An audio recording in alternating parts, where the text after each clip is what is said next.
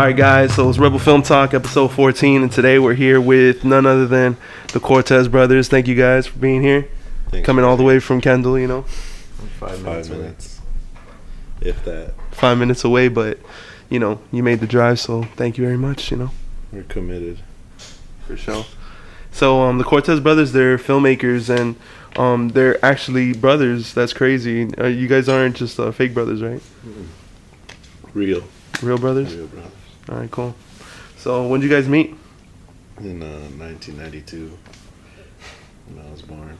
For real? Yeah. Damn, that's nice. He was there. So so like describe like your roles, like what do you guys do like specifically? I write and direct, and he's a cinematographer. Mhm.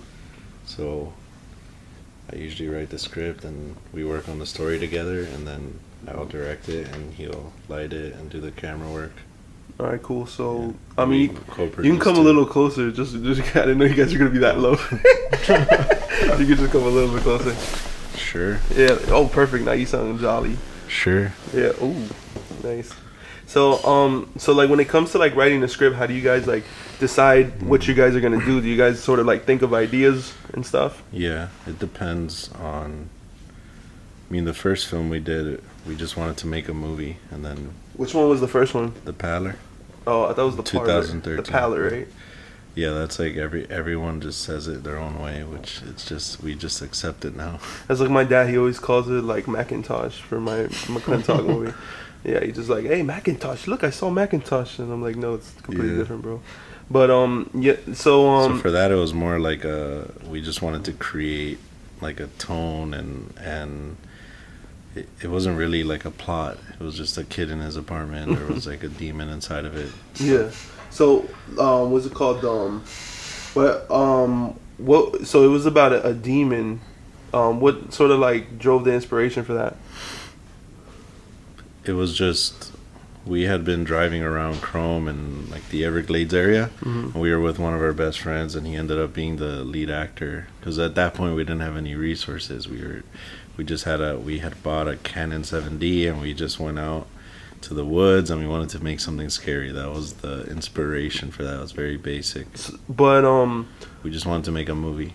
And when was this? 2013. In June. Yeah. Were you guys in high school or college? No, I graduated high school in 2011, and then okay. we were both in film school at the time. Mhm. And how many years apart are you guys? He's 27. I'm 26, 25. 25. Oh, so you're younger. I don't know my age. Yeah. So did he get you into film, or? Well, it started. I joined the film program in 2011 Where at? at Miami-Dade. Oh, okay. Because first I was doing music. I was studying music. I started playing when I was like 7 or 8 years old.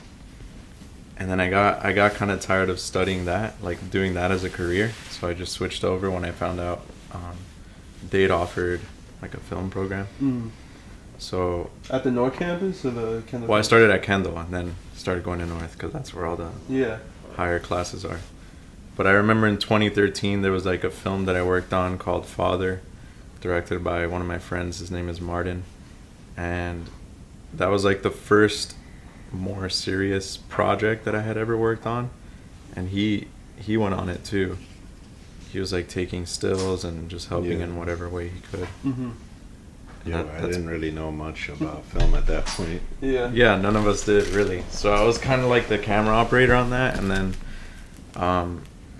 after that, I guess that's what inspired us to get our own equipment, like our Canon 7D, and then we went out and started shooting what he was talking about. We bought a 7D.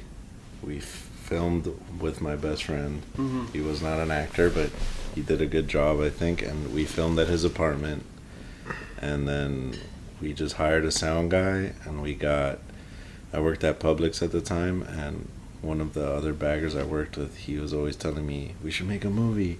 So then when I wrote the script, I'm like, oh, you could play the demon. Oh, and then okay. his girlfriend just happened to do special effects makeup. Mhm. So then she did the makeup for him. So you kept it really local. Yeah, it was small. Crazy It was to think you were still at Publix at that time. Yeah, it was less than 10 of us Uh-huh. at the at the set. It was including the actors, the 2 actors, and his friend's dog. How did you like it at Publix? It was whatever. Yeah. I worked over here next to Mikasuki, so we would get a lot of those people coming in, and they were nice, and they would tip well. What, like gamblers? No, like the Native Americans. Oh, okay. And they have a lot of cash. So For real? I got $100 tip once. Just bagging, or you took it to the car? Yeah, like I took out Yeah. a few bags to their car, and they gave me $100 bill. Yeah, Edo used to work at Publix. For real? Yeah, and he would get big tips because he Which was. one? I think it was by like Cutler Ridge area, Yeah. like over there. But he got fired because he threw some. They said he threw some cupcakes because he said like when he was bagging, like the lady didn't like the way he placed the cupcakes in the thing. Put it in with bleach or something. No, she just didn't appreciate it, and he kind of freaked out because he was like, he's like, because he thought like I do a great job. Nobody tells me that I know what I did. So he started freaking out, and he was just like, I'm out of here. Like he quit before they could fire him because in his mind I'm thinking like he just felt like the clock was ticking. Like that's how it was with me too. There'd be people who would say, "Move! I don't want you to bag my stuff. I want to do it myself." Yeah, so I just wanted to let you guys know, we're probably like 5-10 minutes in. Just want to let you guys know if you want. There's some Little Caesars right there. You guys can have it at any moment. Appreciate it. Yeah, this is a very casual podcast, but it's it's fun. So it's like just do what you want, Yeah. So what I wanted to know is I always ask people like what the first film they can remember is, because I feel like subconsciously that kind of like that gets into your brain, and you're always trying to recreate that film. So can you guys remember what was the first film you saw? Don't cheat and say the first film that you liked. Say the one that you think you first saw. Well, I remember one of the first movie theater experiences was Flipper.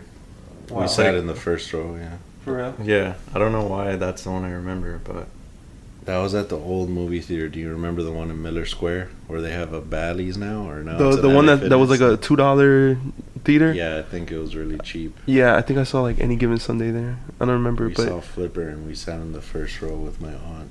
yeah, what was Flipper about? I don't remember that one. a dolphin. Dolphin, right? And Yeah, Elijah Wood's in it. For real? Yeah. Or is that Free Willy? Well, I don't know. I could be wrong, but I'm pretty sure Elijah Wood was in Flipper. I forgot. I don't remember Flipper. I think Flipper was probably like Free at the Willy's time. whale. It was like at the time where like they had a lot of like Free Willy and like the one with the seal. I remember that what it's called.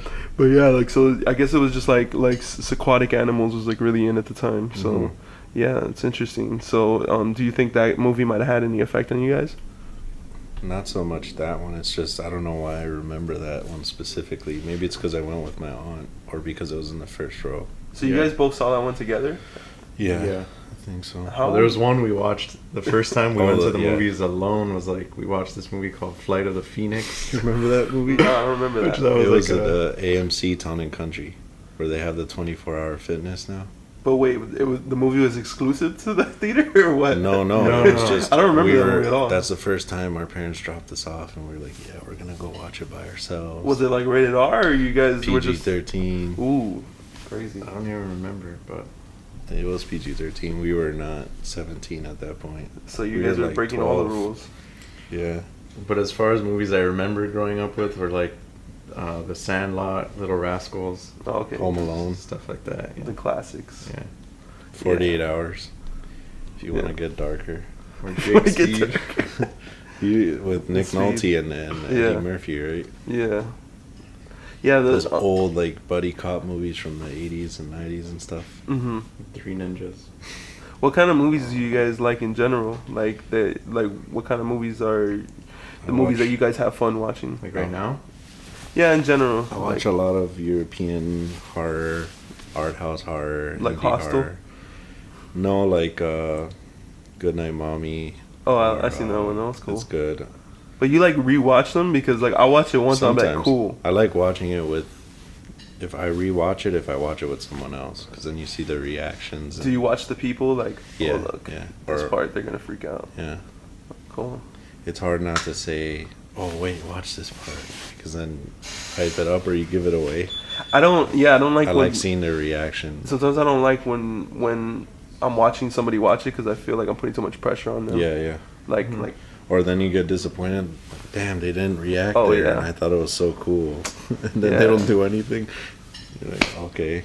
I remember I tried to show my mom Pineapple Express, and I was like, "This is a brilliant film." And then I put it on, and she just started reading the magazine, and I was like, "Not for everybody." I The guess. Disaster Artist was a brilliant film. Yeah, I liked it. you like that one? It Did was you good. see that one too? Yeah, I liked it. It was cool. What'd you guys like about it? I like the fact that it had that common trope of don't give up. Like, don't give up your dreams, you have to keep doing it. And then, but you know, there's this undertone of dread because they never did make it how they wanted to make it. Mm-hmm. Like, it's just now that they're starting to get recognized because it's the worst movie ever made. So it's like a tragedy. Yeah, but you know, you kind of empathize with them because they don't want to give up, and you're with them the whole movie, but you know that at the end it's not going to play out how they wanted it to. Mm-hmm. So I felt like there was a degree of realism there that maybe other movies that are about not giving up don't have. But I guess it's also based on a true story. I know what you mean. So like you're saying that like because most movies you're cheering for the guy to win or for the main character then to they do, succeed, right? But you already know they're not going to succeed. Yeah, and So this you're- one you already know So you're what like the outcome is. It's the rooms. Yeah, it's like you probably should give up.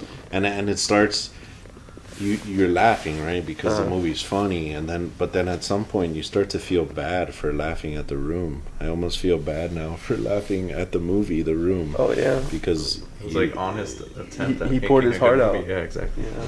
Yeah, that's the crazy thing. So, what I want to know is like, what would you say? You said, what would you say is like your favorite film? Or my favorite. Mm-hmm. For me, Foxcatcher is one of my recent favorites. Oh, okay. I see. I think, I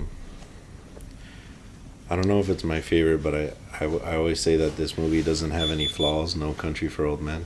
Okay. To me, that's like the perfect movie. Favorite, maybe Dogtooth. Okay. The guy who did The Lobster and The Killing of a Sacred Deer, that was one of Yeah. his first feature films that he did. Mm-hmm. Very weird film. And what kind of what would you say is like your favorite actor? Like somebody that I know sort of- Daniel Day-Lewis is up there. Uh-huh. Gary Oldman. Mark Ruffalo too. Yeah, He's really good. Uh-huh. Uh, So you're a big fan of the Hulk? He no, plays a good Hulk. but He's a pretty good Hulk. yeah, In Foxcatcher, he's great. yeah, Oh yeah, that's true. Um, What'd you guys think of like Steve Carell in Foxcatcher? crazy man. I thought he So did a good job. They were yeah, all really good. good. I really like how Channing Tatum. Channing Tatum played was that good, role. right? Yeah, all of them are good. Channing Tatum, I feel like I always felt like he had potential, and it seems like he's been trying to demonstrate it in the last few years. I always see him in all his movies, especially because he does a lot of comedies. I always think, oh, it's Channing Tatum, but in Foxcatcher, I forgot it was him. Yeah. I fully believe the character when he's beating himself up and shit. Yeah. I feel you. So are you guys gonna touch this Little Caesars? Cause if you want, I'll take one just to make you can more take comfortable. it. Well, I have coffee. So I'm trying not to eat bad anymore. I feel you, but it's Little I Caesars. always run into you at Taco Bell. I'm For trying real. to avoid that. It's true. I'm Do you getting eat a too lot of fat. Taco Bell in general, or you just hang out there? No, I eat a lot of Taco Bell. What's So your I'm trying favorite not item? to. Quesadilla.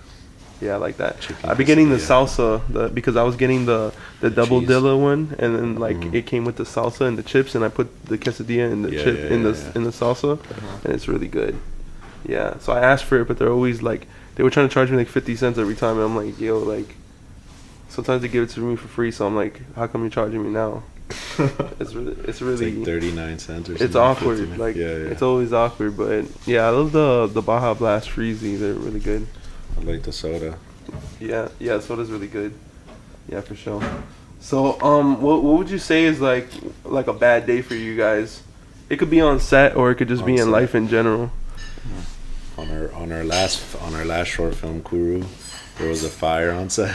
What happened? So I don't even know. It was something with the stinger and the squid where we had the connections going in. We had some like a 1K light or something, and I guess the cable wasn't strong enough to handle that, or it wasn't ground. Mm-hmm. So then there was a spark, and then it just like ignited. And I was just standing at the truck with the actor, and just watching all the grips running around, trying to put it out with water. Were you guys prepared for that? And I'm just there. No. I'm like, they're never gonna let us film another movie because it was a thesis film for my school. Yeah. Like, this is the last time they're gonna let students from now on, because of me. They're only gonna let them do thesis films on campus just because I'm gonna blow this house up. Wow. But then they put it out. But did you guys buy the insurance? Yeah. So you could burn it down. Yeah. That's what the insurance is for. It was an old house in Homestead from like the 1920s, and the owners had gone to a hotel because we were shooting overnight, so it would have been funny. So they gave you the Not house? funny, but Did you tragic. guys paid them for that to use the house? Yeah, my producers and I, Brian and Ryan, we went out, just drove around Homestead, and we made little notes that said, we want to use your house, we have this amount per day, and give us a call. And I left my card, and we would just leave it in mailboxes. We'd kind of see the outside of the house, maybe looking through the window. Yeah. And Brian said, this is the house. I didn't get off, I was parked on the side, and he said, this is the house, I know it. And then we left the note, we got a call, and then he was telling me, I hope this is the house that I was thinking of. And then it was. And then it was an older couple, they lived there alone, and they were cool about it. He said, yeah, you could film here. Yeah. That actually, I don't know, like, maybe it's just the way you described it. It sounded like a movie in itself. Yeah. It just sounded very suspenseful. Like, is this the house?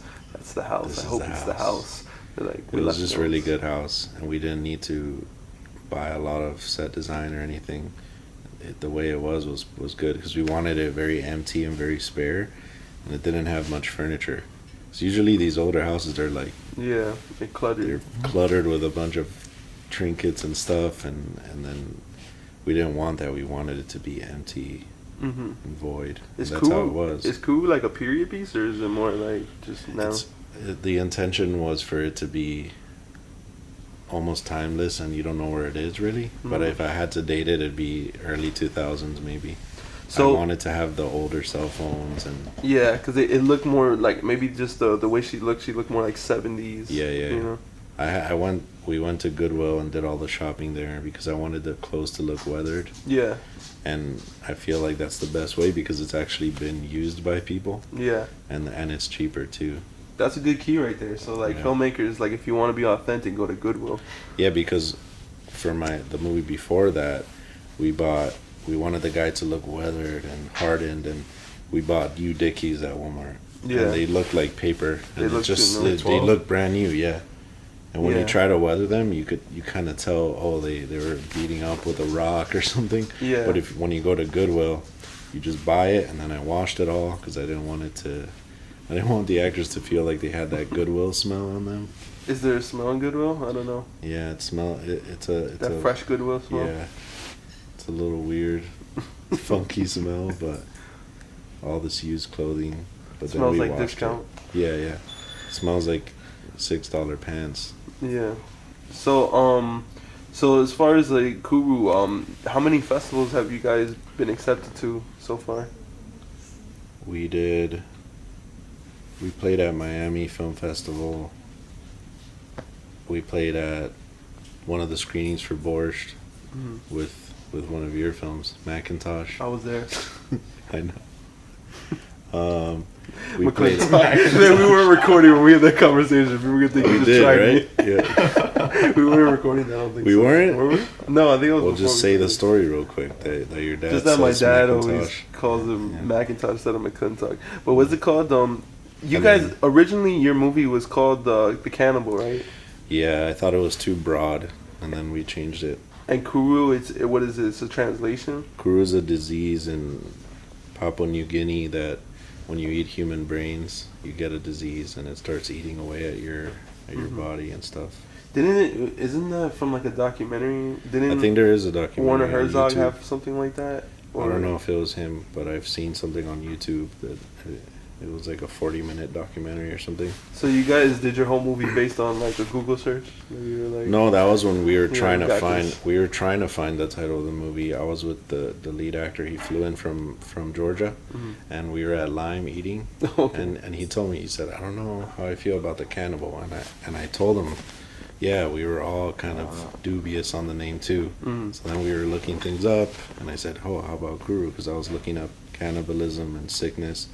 And then I thought it was interesting that the cannibal character in the film, he lives off cannibalism, but then Kuru is the antithesis of that in a way, because when you eat it, you die like a normal human being, but in this case, he eats it and he lives. That's how he lives. So it was a little the irony in the title. That's why I picked it. So it does sound Japanese in a way. Yeah, it does. I think it does have it is a word in Japanese and in Korean as well. I forgot what it means though. Oh yeah.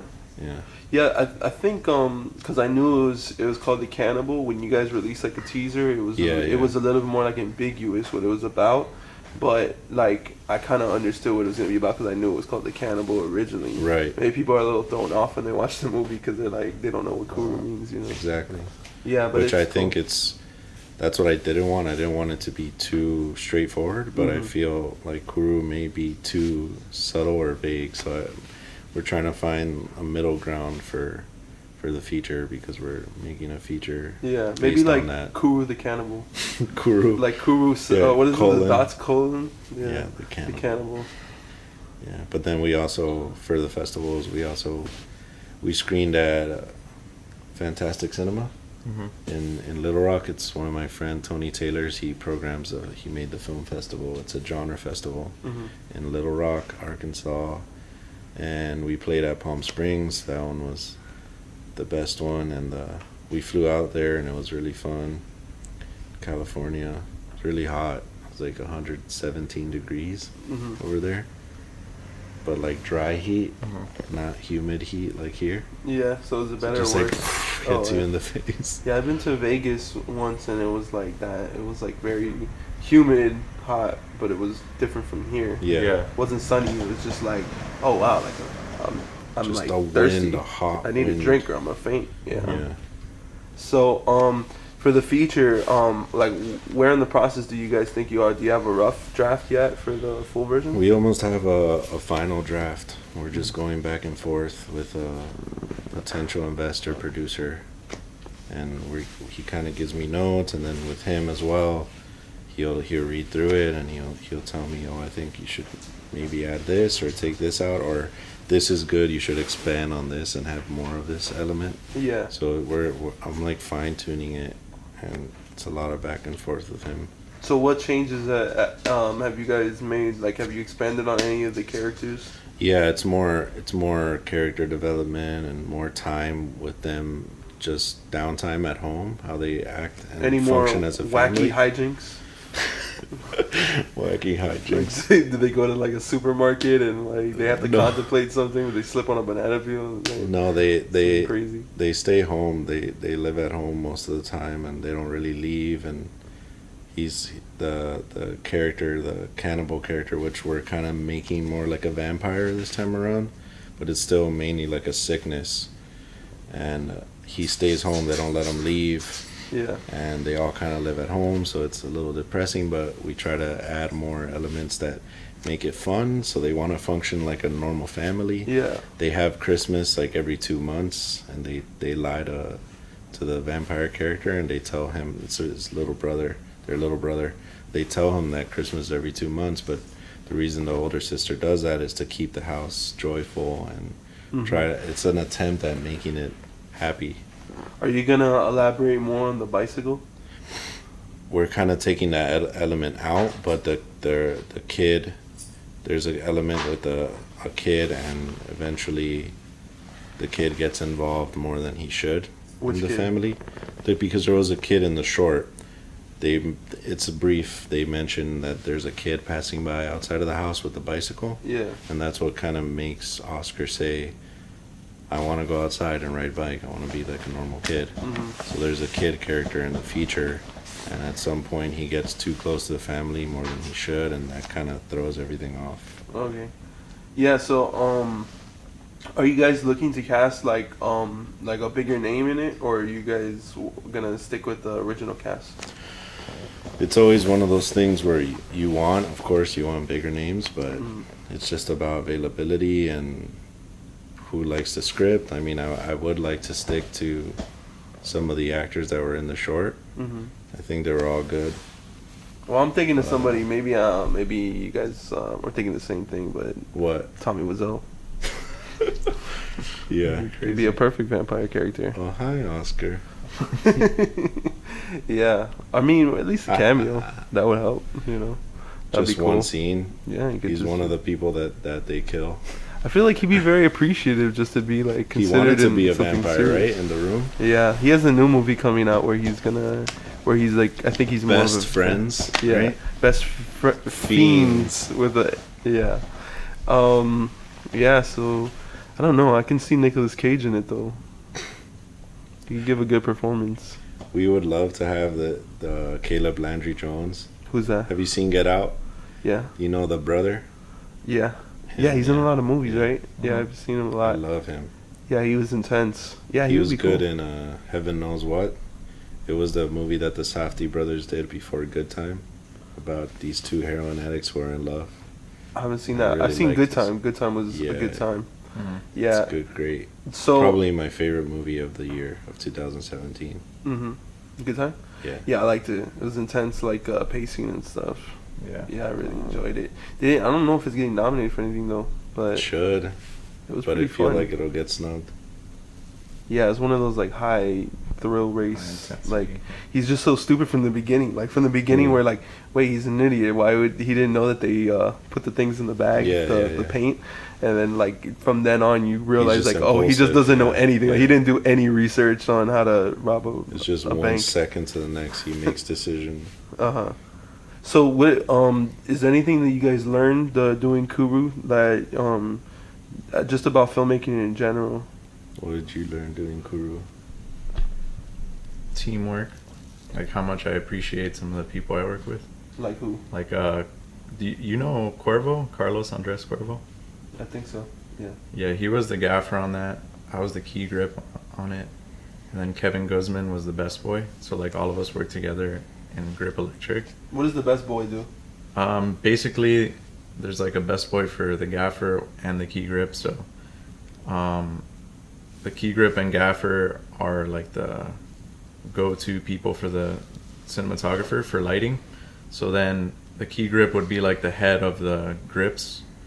Gaffer would be the head of electricians. Mm-hmm. So then they pretty much delegate instruction to their best boys, and the best boys handle the rest of the. So the best boy. So they build the he's like the worker? rigs. Well, I would say like the grips and the electrics are the workers. The best boy as well, and also especially on more It independent just stuff. depends on the higher. Like if you're on a big movie like Godzilla, Yeah. all the grip they're gonna have full grip electric. So who's responsible for the fire? I'll don't take know, responsibility for that. As a director? Yeah. Wow, what a you see? Look at that. Look at that, man. That's how you know you got a good director when he takes I responsibility won't for put it fires. on Zach, who was our cinematographer. Shout out to Zach. So yeah, so Zachary he's not. Berg. Zach is definitely not getting that blame. I'll take responsibility. So Maybe the producers.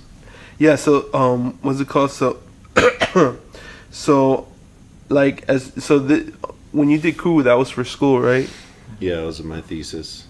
As far as like school, like, do you think that like you learned a lot in school, or was there a lot of like research that you did before or after that? Like, basically, what I'm asking is like, do you recommend that people go to school, or people sort of like learn on their Yeah. own? It's a good question. I mean, I came from high school not taking any sort of production classes. I started in middle school wanting to draw comics and like make stories, so I was always more story oriented than video oriented. And then when I joined the program, so film 1, editing 1, I learned everything, all the basics, because I had never edited, I had never framed a shot or anything. So I learned a lot of the bulk of what I learned were more in the beginning classes. And then I felt like as the classes went by, they reinforce what you first know. Like you just build on that foundation, and you kind of review it, and it's just trial and error. So I did learn a lot in my own personal experience because I didn't know from before. But I feel like school, the best thing that I got from school, aside from the professors, which were all good, was the network that I built. Because everyone that I worked on KURU was from my class, obviously because it was a student film. But even outside, the movies that I've made outside, they were all students that I've met, all my peers that I've met in school. Yeah. And I feel like you're stuck with them in all these classes for years, so you're not only building a partnership and a working relationship, you're also just building a friendship. All these people like Kevin and Zach and Brian, Ryan and Cuervo, they're all my friends now, and I call them my friends, and I want to work with them on movies because it's fun and it's like a family, you know? Yeah. So I feel like that's the best thing that I got, was all the friends that I made, and we have the similar interests, which is filmmaking. Yeah. Plus, when you're on a movie for like, let's say for the feature, if it's going to be 20, 18 days, you want to be with people that you also enjoy spending time with, you know? So when you guys got to class, went together, you guys sort of grouped yourself, or you guys were put together? Well, he had already graduated a few semesters back. So usually he's my cinematographer, but since it was a school project, you have to have above the line from the class. So then I had Zach, who's a great DP, and Mike. I still wanted Mike to have influence on the lighting, and we always worked together. So he was the key grip, so he was under the DP with the gaffer. And I forgot the question. As far as for like Mike, like what did you how was it for you? Film school? Yeah, because you kind of you said you started in the music first. Yeah, I got an associate's in music, and then I would play in bands and stuff like that. But film was always a passion, I think, because our parents would take us to the movie theater a lot when we were younger. Mm-hmm. So when I joined the program, I guess it was, I don't know, it was kind of hard for me to get into it at first. But after working on that film I told you about before the Paler, that's when I started to see that organized sets and all of that was something that I enjoyed doing. So then that's when we started doing our own projects. And most of what we learned, I think, was doing stuff ourselves, right, or with the people that we met, which relationships to me also are the biggest thing that I got out of film school. But something I do a lot too is I'll listen to interviews while I'm driving, or podcasts like this. I'm always like researching on YouTube, reading stuff, going on forums. Yeah. So I think a lot of what you learn, like film school is great, but a lot of it has to do with you and how much you want to take, you know what I'm saying? Yeah. For me, it's strange because as much as you watch all that, I feel like I just watch movies a lot more. In a more analytical sense. I just study movies a lot, the way that they're paced, the way that they're shot, and I feel like that's the best way to learn for me. Just watch, like No Country for Old Men. I've seen it like 30 times, and I just study every aspect of it. Well, I mean, for you, like you focus more in directing, so sometimes it's like more what's conveyed on screen, but sometimes like when you're doing like behind the scenes work or stuff, you want to like know like what specifics they used in order to establish shots. And I think that's cool because sometimes like it can be tough to be studying so much and then have to communicate with people, because as a director you have to be the communicator. You can't be looking behind the camera like trying to adjust things so much, you know, because it kind of takes away from your time with the people. It's a balance. It's more, I consider myself both visual and working with the actors a lot. I like doing both, but we do a lot of planning before. I storyboarded everything on KURU, and I knew how it was going to be shot even before we walked on set, which I think was important because then I could have time to spend with my actors and make sure that we get the performances that we both want and stuff. So what's like individually, what's your favorite parts? What's your favorite part of the process in general? I love when I have the final script and I know that I'm going to roll with it, because then we storyboard it and then I figure out how are we going to shoot it, what's the best shot, what's the best coverage, how do I cover this scene. I don't do much coverage. I like shooting. If I could cover a scene in 2 shots, then I'll do it. Of course, if I feel like there needs to be more coverage, then I'll cover it more. But I love figuring it. It's like a game. It's like a puzzle. Yeah. How do I cover this scene? And then on set, sometimes there's those happy accidents where you look at the shot on the storyboard and you kind of throw it out and you see a new way to shoot it. You look down a hall and you say, okay, I want to shoot it from here because it feels more objective, or here because it's closer to the character from his point of view. I think that's the most fun for me. And of course, being on set, because it's for me it's production. Crazy. Being on set. What do you enjoy most about the production? Just the like high energy, like feeling like you have to get stuff done before the day's over. The sense of collaboration, when it feels like it's a family, you know, everyone working together to make one thing. It's a lot of instinct kicks in, and sometimes you make decisions based on instinct, which I think is good, because you don't overthink it so much. Yeah. You know, when you're doing a test and you pick the first answer and then you change it and then it's wrong, you're like, oh, I should have gone with the first one. Yeah. That's kind of how I see it. I think that's what helps, like, being a good filmmaker is, like, working with your instincts.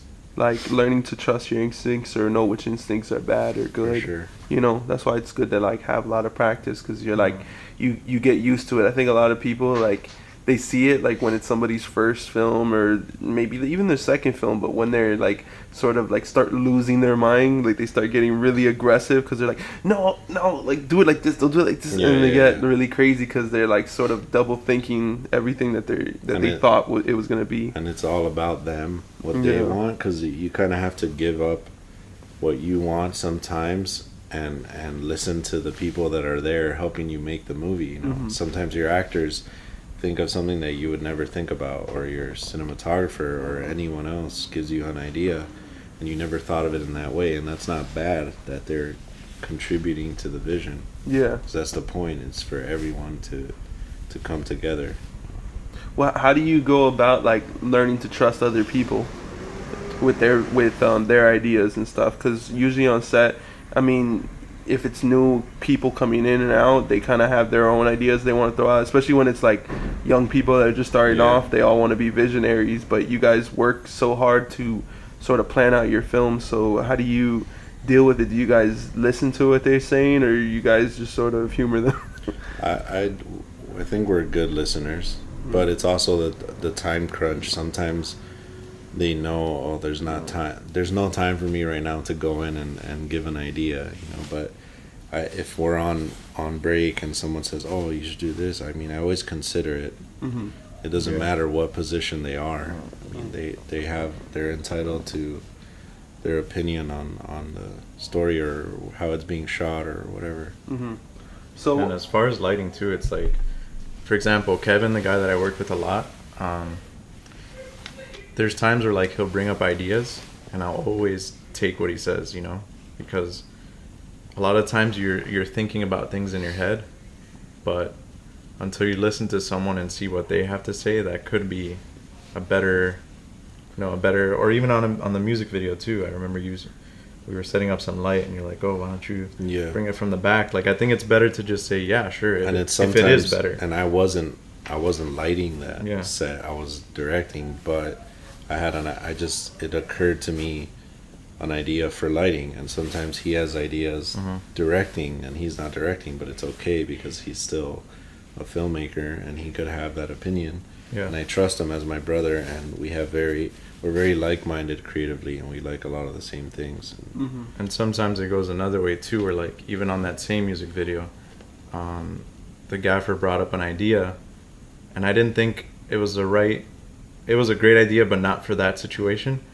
But I was like, sure, let's try it. And it didn't work, and we both saw that it didn't work. So then we went with my idea. But in that situation, he knows that I still give him the opportunity to. And that's the thing with actors, not too. Feel like they can't say anything, you know? Yeah, that's the thing with actors, too. We had a scene, and it seemed, I guess, very awkward because one of the characters was prying our lead actor, our protagonist, to do something, and the way I wrote it was he's very quiet, and he says he kicks her out of the car. He says, get out of the car, but he's very quiet about it. And the actor Mark, he's an amazing actor, he said, oh, it kind of feels awkward. I kind of want to scream at her because it's all this bottled up rage, and I just want to let it out.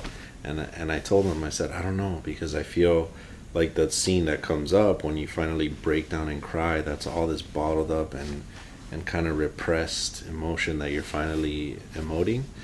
And I said I want to save it for that because this isn't really the climax. But I said let's try it because I mean you're great and you have a lot of experience, more than me as a director, and he had a lot of good perceptions and different angles on how to think about the character and their motivations and all that. And so we did it, and he screamed at her, and then at the end after the take I was like, I don't know, I didn't really like it. And he's like, yeah, me neither. And I'm like, I know it feels awkward, guys, because the actress said it too. She said, it feels kind of awkward.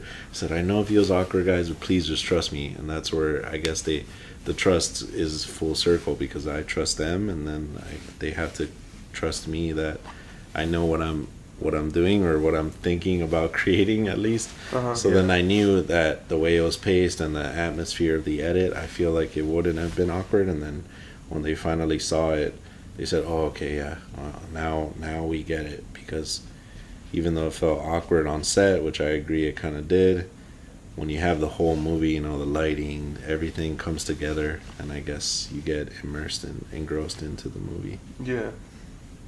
Yeah, and the pace of it, you kind of you'll feel it when you watch the full movie, even if you don't feel it when you're shooting.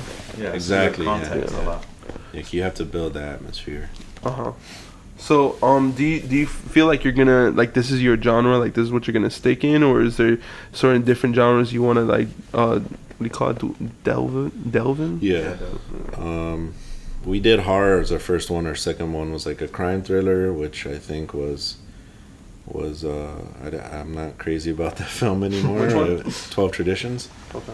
We tried it, and I don't know if it's my thing, or maybe it was too derivative of Tarantino. I was just into, it was kind of like me getting all my influences and being too on the nose about them. Now maybe it wasn't the right time to do it too. Yeah, and then I went back into horror, but I think KURU is kind of like a drama horror. It's not fully horror, and that's where I kind of like that specific kind of horror where it's very character driven and very drama oriented, as opposed to jump scares and just being like a thrill ride. I like building a world, building the characters, and creating empathy for them, and putting them in a situation that's horrifying, but not necessarily it's the main aspect of the film. I like focusing more on the relationships. For me, I guess it's different, because with him I'd want to delve into that more, but since I'm a DP, like, I'll work with not just him but other directors. And there's this short film that I'm in talks with, like, with the same director from 2013, like the first guy I worked with, and that's gonna be more like run and gun, not so precise, storyboarded. Like, have you seen Blue is the Warmest Color or Fruitvale Station? Or like just more loose, and kind of like the camera being one of the characters in the movie. I feel like that's like a version of shaky cam, like filmmaking, like just like Maybe. you get a camera and you you walk fly with on the people. wall. You're just observing. Like more natural light, kind of documentary, but still with a narrative, you know. So it's interesting I'd for wanna you to explore, work with different directors and their methods, because I storyboard every shot, and Martin likes to go in and just feel it out, which is good. And he was talking, he almost didn't even want a script. Yeah, like he just wants to just go and figure shit out. I did that recently with I did this Adam and Eve. I did with Mike and Brittany. Yeah, I like that one. And like I just like Brittany was coming down for like a few days, and she was like, hey, So you want to shoot something? Let's do it. And Mike's always asking me like, hey, if you got any dramatic roles, you know, let me know, because I want to, you know. So like I kind of had what did I see? I probably seen, like, I think a Ghost Story kind of stuck with me, and I was like, man, energy in that movie. Yeah, you could do, like, you can convey so much with like very simple shots. So that was my idea for that, and yeah, I like that. And in a way, it's like once you've done a lot of the work, you kind of realize like how much you can do with very little like preparation. Yeah. Like, okay, I have the visual of the shot, and I know what's gonna happen in the scene. Just set it up, the way you envision it and let it go. And if you pick the right actors because you know them well, that's a lot you can of kind casting, of like they were scared as far as like what am I supposed to be doing? So I'm like, don't worry, you're not gonna hear it. These are just the emotions you have to fill out. And that was like, definitely like a ghost story when she was sitting on the floor for like 10 minutes, like 5 minutes. I was just like, wow, like this is intense. Yeah, and to me it's crazy. Like, oh, no script, no storyboard. I wouldn't be able to do it, but I respect it 100%, and I love it, and I think it's cool that Martin or you or whoever is able to just go into it like that. Yeah. I mean, at one point maybe I'll try it, but I just feel like in my certain way of my method is to know everything methodically. Yeah, it would be weird for me to work with you without a storyboard, but then I'll go and work with Martin and it'll feel totally normal, you know? Yeah, everyone has their own way, and there's no wrong way to do it. Really. Yeah, I mean, like I understand that, because for me, like I lead with dialogue. Like I write a lot of dialogue. I start my I start my scripts with dialogue, and I figure the plot through the dialogue. And then recently, when I did Basketball Friends, the series, I realized with certain actors, they think too much about their lines. So I was like, most of the time, the lines I write are very casual talk. So I'm like, I can give them reference and then just sort of let them rant. And if they rant, it comes out more natural, funnier. Like we get a lot of like juice in the middle, like stuff that just feels like quirky things. Sometimes actors don't have the time to think of those things because they're focusing on trying to remember the lines. So like with that, I've been a little bit like improv filmmaking a lot more. Yeah. Like that, and just like that's random. Good for dialogue, I feel. Yeah. In my script too, the feature script, I'm not so militant on, okay, this is a line.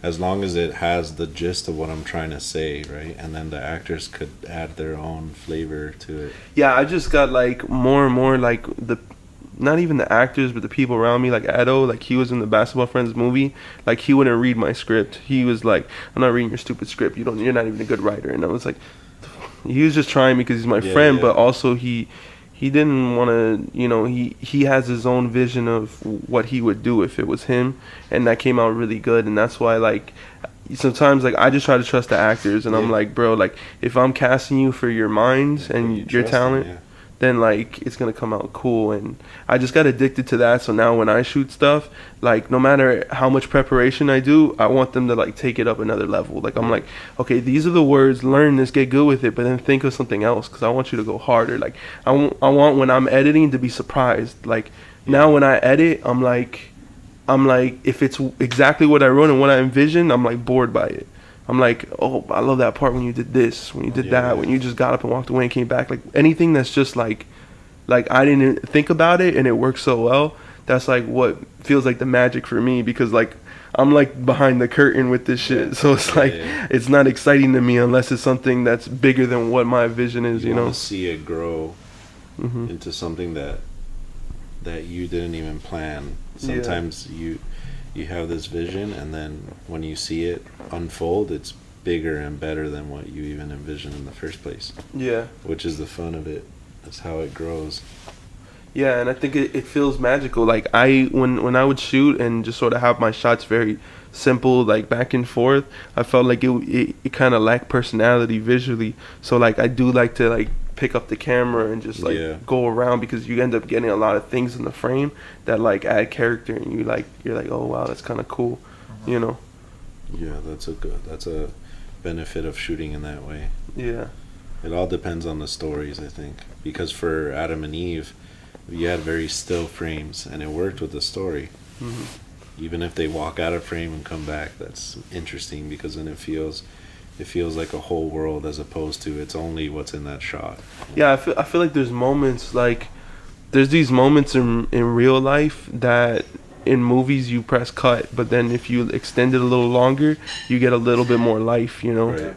And that's true. Those are the things that like more and more I become like intrigued about, like reaction, the moments we haven't seen on camera, or we haven't seen in other movies, or ways that people sort of act that we don't see in movies because they don't show it. Simplest things, right? Yeah. The most mundane, boring shit. Yeah. Is what makes stuff interesting, you know. It just blows your mind, like little by little. A you're lot just of like, boring shit is very empathetic. You could empathize with it because everyone's bored at some point, and you relate to the character in that way. Mm-hmm. You feel their pain, or if they're sitting on a couch, staring into the wall. Everyone's done that at some point. Yeah, I think the trick is like, I think as filmmakers we're always trying to make a movie about a boring guy that's not boring. Yeah. Like how can we make a movie about the most boring guy ever, but like people not just turn it off and like not watch it? And then like little by little from watching these like art house films, I realized like I'm like, the goal for me, like the trick for me is, can I make an entire movie about nothing that people love? That people are just like, yo, nothing happened. There was no plot. Think about that. You think about that too? But what's funny is that we do, like we say that we love boring movies. Because some boring movies are actually really good. And it's not like boring in the sense where it's like not engaging, if that makes sense. Yeah. It's just not plot heavy. Yeah. I know what you mean. It's focused on tone or characters and stuff like that. Yeah, because I feel like right now we're in like a generation where it's like everything's so plot heavy, because you got like these Avenger movies and these big movies where they got to fit all these character arcs, and you got 5 character arcs you got to split into a 2.5 hour movie. Characters. Yeah. It's just the attention span of people now too. Everyone's watching YouTube videos or videos on Instagram that are 20 seconds long or less. So they want that instant gratification. They want to sit in a movie theater. First scene has to be a crazy war or a gun battle. You know what I mean? But I love characters. That's the thing. I'm into characters, so it's like I'll tell like my friends that like they do skits videos and stuff. I'm like, bro, like you do skit videos, but like your Instagram is not even the funniest page I follow. I'm like, I follow real people whose life is just hilarious. Like Paul was killing it for a minute, you know, but I don't know, it got too real, I guess. But definitely like I was like, real people inspiring me, because I'm like, yo, like their life is a show, and like when I make movies, I'm trying to get closest to reality. So it's like definitely like watch documentaries, and that's inspiring. Like when I did McClintock, one of the documentaries that my friend told me to watch, it was before I did McClintock, but it sort of inspired in a little way, was this one about the Follies or something like that. It was like a documentary they did a long time ago.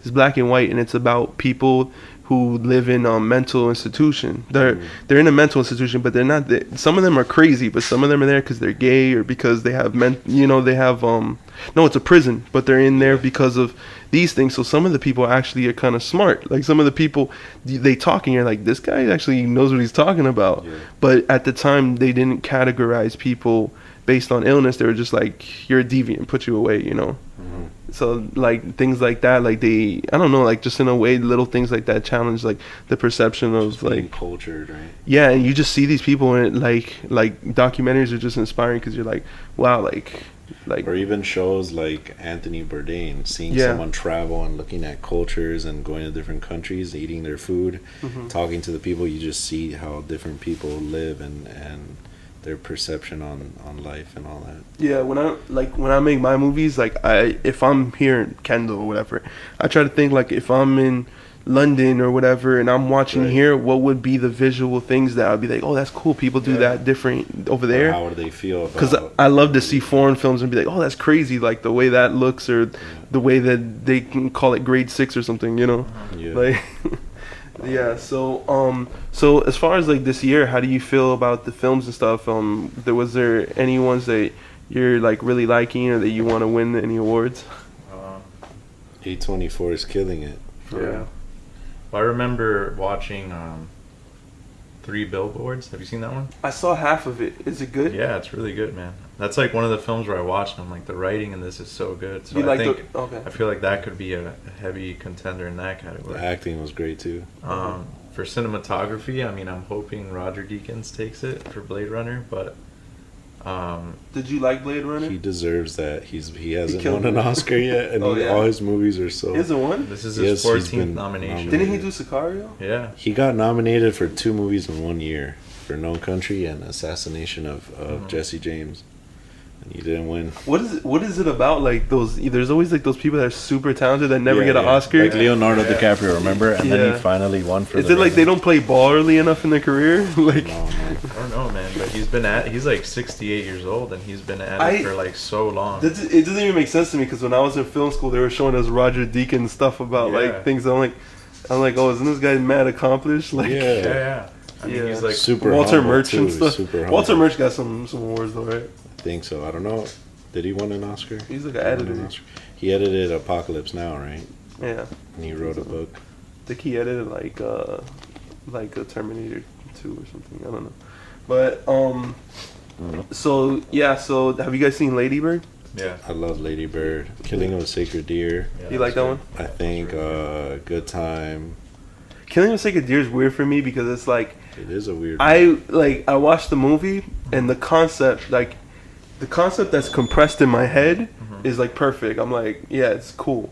Like I like it. But then when I was watching it, I was like, man, you could have done a little more, man. Like this In what is way though? like because I love the lobster and I feel like the lobster in the middle Yeah. it sort of turns into something else.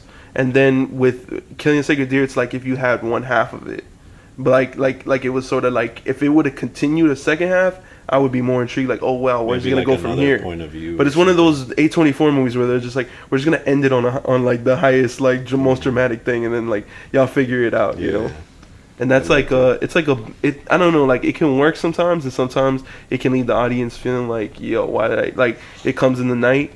Like, Comes at night. I bet you guys love that one. Yeah, Talk about it. I like Sacred Deer better than that one actually. I did too. Yeah. Like it comes in the night. It was cool, but I felt like it was like half of like a Walking Dead episode or something. You I think know. it was great with like tension and atmosphere. Yeah.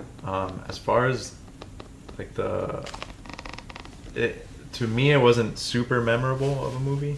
Yeah. But I enjoyed it when I watched it. I liked which one was I gonna say let me see, it was A24. Which ones came out? Can't say you did. I like Lobster. Was it this year? Yeah. Well, there was Ghost Story. Ghost Story. I like Ghost Story, bro. I watched that on my TV, like Fire Stick. So like I was watching, and I'm like, I know what this movie's gonna be, but and then like you told me that there was a scene that was like mad slow. So I was like, all right. So I had it on like halfway in the movie. I go, oh man, this movie is this what we're doing? But then the second half, I was like, oh wow, like completely. it's weird when you're watching a movie and you kind of already have your mind set, and then the second half has to completely change it for you. Yeah. You know, that I just love what they did with the movie in general, because like by the end of the movie or the second half, you start to feel like really like sympathetic for being a ghost. Which is a crazy idea to try to think about. I love that how they did that point of view, you know, because then you think of all these horror movies where everyone's scared of the ghost, and then in this case you see it from his point of view. And it was so iconic. Sad. Yeah, it was so iconic. Like it felt like such a throwback, like cosmic dread. Yeah, that was crazy. So, what do you think was one of like the worst movies of the year that you guys have seen or haven't seen because you heard it was too bad to watch? I don't know. I kind of avoid Marvel, DC movies. There were some good ones. I heard Wonder Woman was good, but I didn't see it. It was alright, and Thor good. was good too. They were all like capable films about fantasy and things that aren't real in life. You know. I'm trying to think of one that I didn't like. Yeah, there wasn't anything for me that I didn't. You guys didn't see nothing you didn't like, or you just appreciate there has everything? to be something I didn't like, at least a little bit. Mm-hmm. Can't think of it right now. I really didn't like the movie Detroit. I didn't see that one either. Did you guys see the Tupac movie? No. Yeah, I didn't like that one either. Those are like the worst movies to me because they were like offensively bad.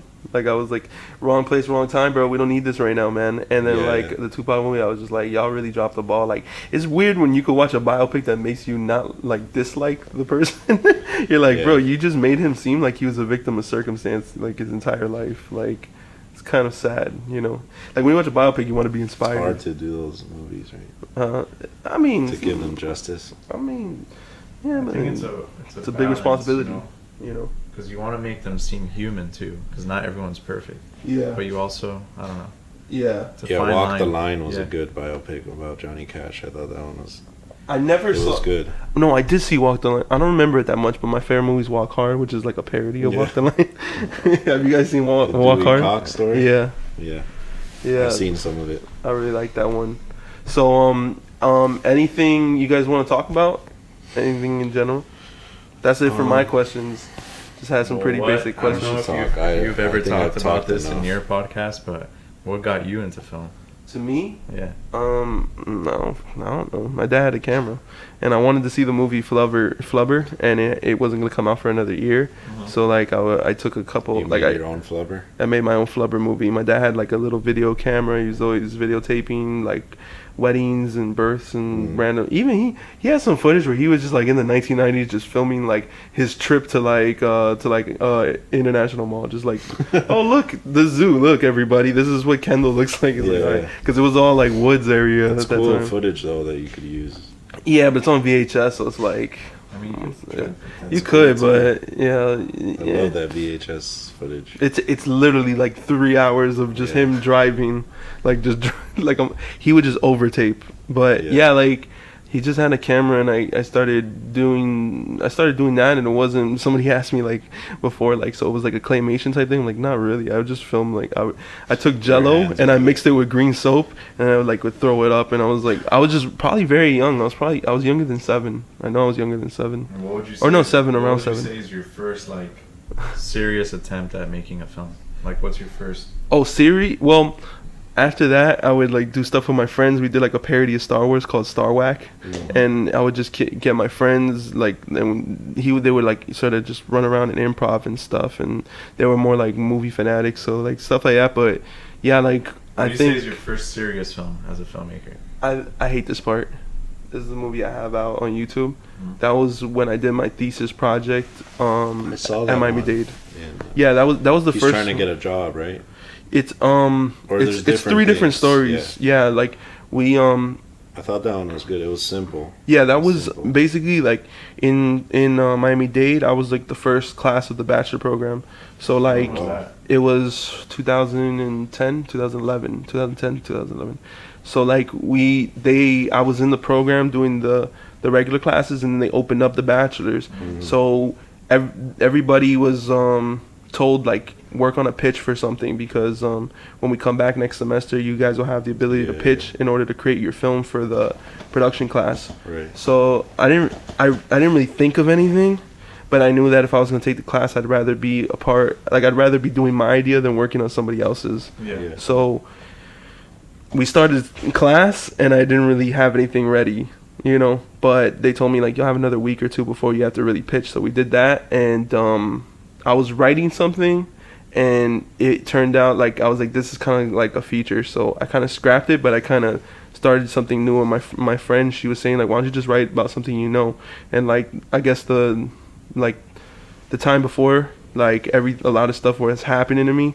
So like I sort of just based it on like these sort of dramatic moments that were happening to me in the last year, and I just wrote it as like 3 vignettes. Oh, that one played at Film Gate, right? Yeah, and so like I did that when I submitted to the bachelor's program, and we did the pitch. I had a really lovely producer that she helped make it look like it was a good idea, because legit, like I pitched it and they were like I would be talking about it and they would go like, and then like she would go, hi guys, and then they all light up and go, oh, and I was like, oh yeah, like that was when I learned like you have to learn how to sell your product. Pitch. I had a lot of information for my pitch, but I don't sound the most fun. I sound boring as fuck. Bro, there was a group a group that worked the whole summer, and they had a book like this. I only came with the scripts. I guess the committee where we were pitching to, it seemed like they were bored or something. I know I don't speak that well. I don't project well because I'm very monotone. But then I guess I got picked. So I was lucky. That's crazy. I guess you have to know your story, and you have to know how you're gonna tell it, and then know that they have to know that you can do it. That it's possible, and you know how you're gonna go about it. It's not just like, I'm gonna do this and that, and we're gonna blow this thing up.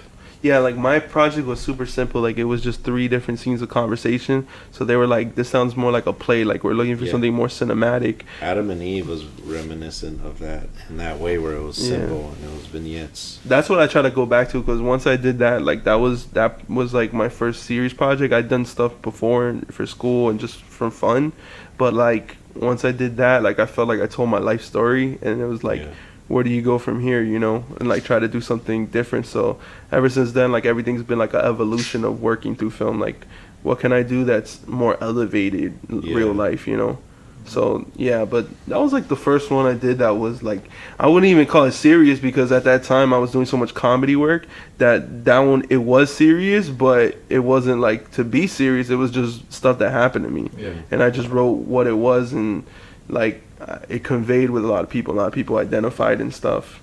But definitely, like, it was thanks to like the program, I guess, because it just gave me time to focus, really. Even though I did a lot of the work myself, like writing and rewriting, I usually don't do as much when I'm in control of shooting.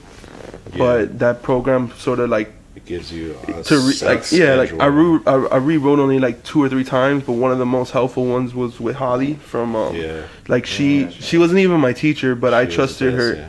Because I sort of had her earlier, so I gave her the script and told her to read it, and she was like, "You need ending. Like, that's your problem." She's like, "You never end your things." And I was like, "For real?" She's the best, because she'll tell you straightforward. Yeah. And she'll tell you exactly what it is. Yeah, and that really helped, because I was like, I didn't want the movie to come together. I didn't want it to like all come together at the end. Yeah. I wanted to just be separate things, but I realized it had to feel final.